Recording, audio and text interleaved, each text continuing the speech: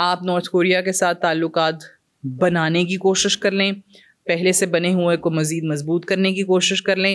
ہم کہیں نہیں جا رہے, ہم یہیں موجود ہیں, اور ہماری مرضی کے بغیر اگر اس ریجن کے اندر چھیڑخانی کرنے کی کوشش کی, کوئی تبدیلیاں لانے کی کوشش کی, تو وہ آپ کو کسی صورت فائدہ مند ثابت نہیں ہوں گی, اور نہ ہی آپ وہ کر پائیں گے وداؤٹ اس. نارتھ کوریا نے اپنا نیا نیوکلیئر فیسلٹی کو انویل کیا, اسی دن پریزیڈنٹ شی جن پنگ کا جو ٹرپ ہے یہاں کا وہ اناؤنس ہوتا ہے, تو آپ کو لگتا ہے دونوں چیزیں آپس میں کنیکٹڈ ہیں؟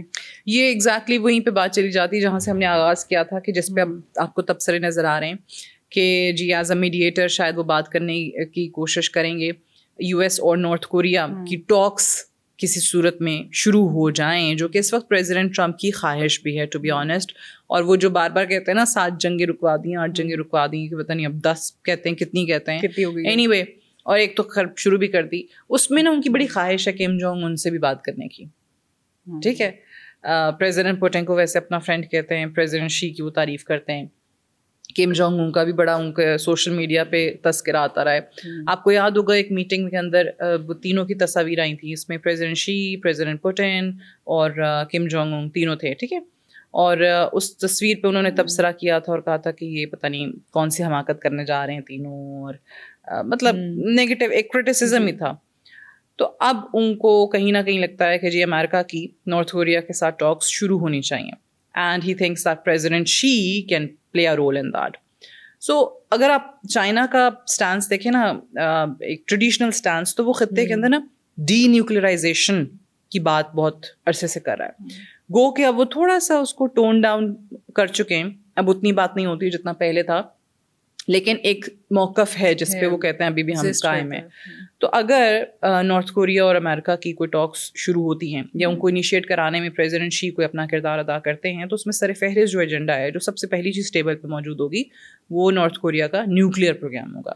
سو نیوکلیئر پروگرام کے حوالے سے ایک یہ اوبیسلی ایک پیش رفت ہوگی, اور ہو سکتا ہے ایز یو پوائنٹڈ آؤٹ کہ بھائی جس دن اناؤنسمنٹ ہوتی ہے اسی دن ان کا ہاں کہ وہ ڈی نیوکلرائزیشن والا جو اپنا ایک اسٹینس ہے, اپنا ایک نیریٹو ہے, اس پہ سامنے رکھتے ان چیزوں کو ان کو لگتا ہوگا کہ this might be a right opportunity for me to visit North Korea, اور کہیں نہ کہیں کوئی راستہ ہموار کر دوں, کوئی اسموتھ کر دوں چیزیں, کہ پریزیڈنٹ ٹرمپ اور کم جونگ اون جو ہیں وہ آمنے سامنے بیٹھ سکیں. ٹھیک ہے, thank you for being here. آج کے لیے اتنا ہی, see you in the next episode. اللہ حافظ.